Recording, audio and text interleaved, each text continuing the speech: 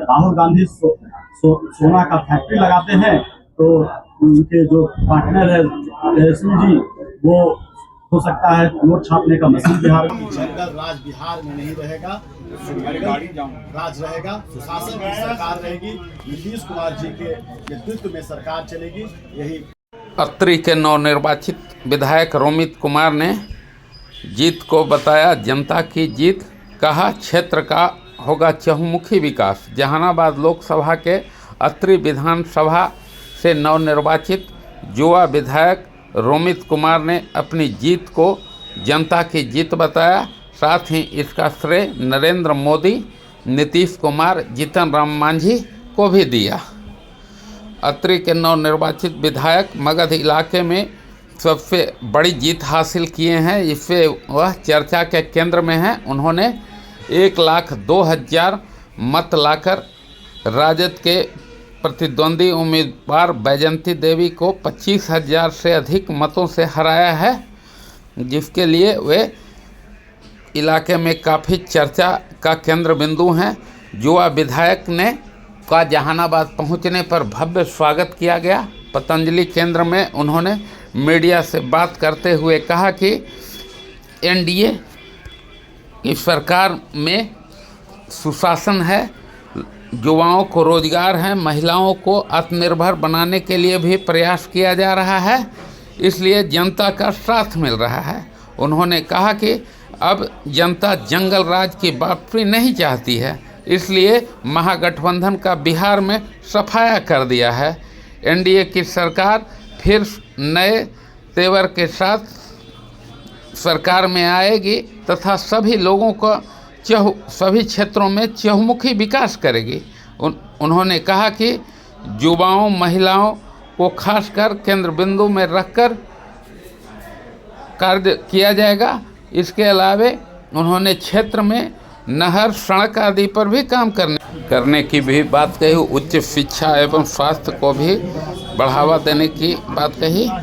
मौके पर उन्होंने महागठबंधन के नेता कांग्रेस के राहुल गांधी एवं राजद के तेजस्वी यादव पर भी तंज कसा। उन्होंने कहा कि इन नेताओं ने वादे बहुत किए, किंतु कैसे पूरा करेंगे यह थीम नहीं बताया। सुनिए उन्होंने क्या कहा। बिहार के बजट से 4 गुना ज्यादा पैसा देने का उन्होंने वादा कर दिया। राहुल गांधी सोना का फैक्ट्री लगाते हैं, तो उनके जो पार्टनर है तेजस्वी जी, वो हो सकता है नोट छापने का मशीन बिहार में लगा दे। इसी तरह के उद्योग को चलाने का उनका संकल्प था, जो लोगों ने अस्वीकार कर दिया।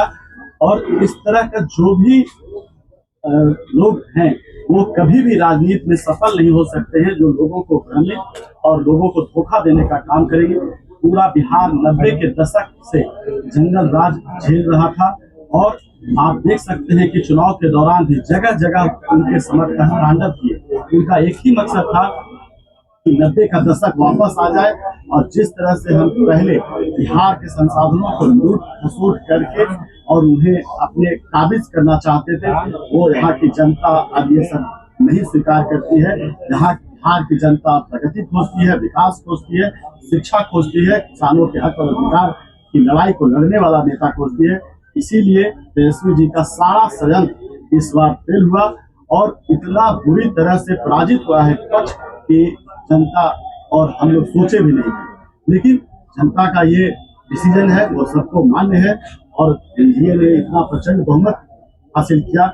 ये नीतीश जी, मोदी जी, चिराग जी, उपेंद्र कुशवाहा जी और जीतन राम मांझी जी पर भरोसा ये बिहार को आगे ले जाएगा। आज क्योंकि आपराधिक चरित्र के लोगों का कोई जाति और धर्म नहीं होता है।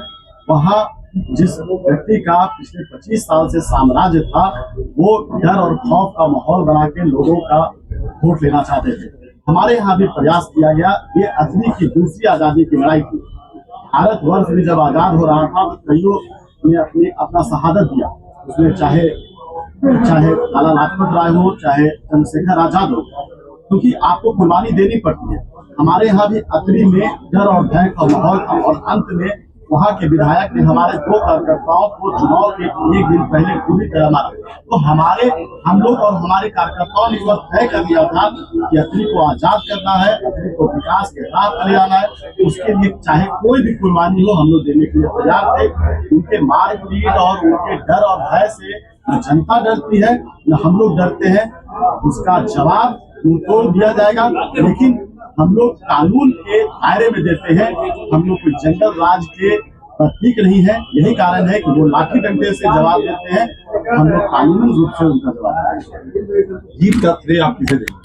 जीत का श्रेय हम अपने सारे अभिभावक और अत्रि के जितने लोग हैं जिन्होंने मुझे आशीर्वाद दिया, साथ दिया और एक आतंक के राज को मिटाने में जो उनका एक जुनून था, उनके अंदर जज्बा था कि इस बार नहीं तो कभी नहीं। और इस आतंक पूरे बिहार से 90 के दशक जब नीतीश कुमार जी 2005 में सरकार में आए तब से जंगल राज की समाप्ति हो गई, लेकिन अत्रि अभी तक मुक्त नहीं हुआ था। अत्रि की जनता इस बार किसी का भी सुनने वाले नहीं थे। इस बार उन्होंने तय कर लिया था कि जंगल राज पूरे बिहार में जिस तरह से खत्म होकर विकास की गंगा बह रही है, उसी तरह से अत्रि में भी विकास की गंगा बहे।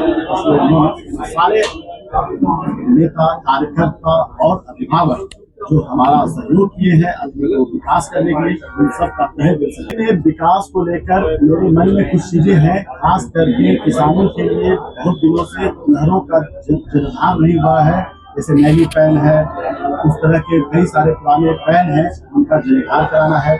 बाबा दशरथ मांझी जी के नाम पर कोई भी बड़ा वहाँ इंस्टीट्यूट नहीं है, संस्थान नहीं है, तो एक यूनिवर्सिटी खोलने का मेरे मन में दिमाग है। मैं नेता आदरणीय से जीतन राम मांझी जी और इसी जी से आग्रह करूंगा कि उस तरह का कोई भी एक संस्था दिया जाए जिससे दशरथ मांझी जी का कीर्तिमान हजारों साल तक कायम रहे। आप देखिए कि वहाँ से बहुत बड़े पैमाने पर पलायन है, उसका न कोई रजिस्ट्रेशन होता है, न कोई सिस्टमेटिक फॉर्मेट है।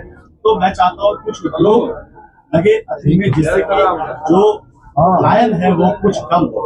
और इसके साथ साथ आप शिक्षा के क्षेत्र में बहुत सारा लंबी गली का ही मैं जब घूम रहा था गाँव तो इस तरह का मुझे समस्या मिला। तो इन सारी चीजों को मैं एकत्रित कर रहा हूँ और आने वाले समय में मैं चाहूंगा कि उन सब चीजों पर पहली प्राथमिकता के साथ काम करें। तो ये थे अत्रि से हिंदुस्तानी आवाम मोर्चा के नवनिर्वाचित विधायक रोमित कुमार, जिनका कहना था कि अत्रि 25 वर्षों से आतंक राज का साया से ख़त्म हुआ है। अब यहाँ के लोग आज़ाद हुए हैं। अब उनके नेतृत्व में पूरी तरह से अत्रि में विकास की बयार बहेगी। खबरों से अपडेट रहने के लिए चैनल को सब्सक्राइब एवं वीडियो को लाइक व शेयर करें।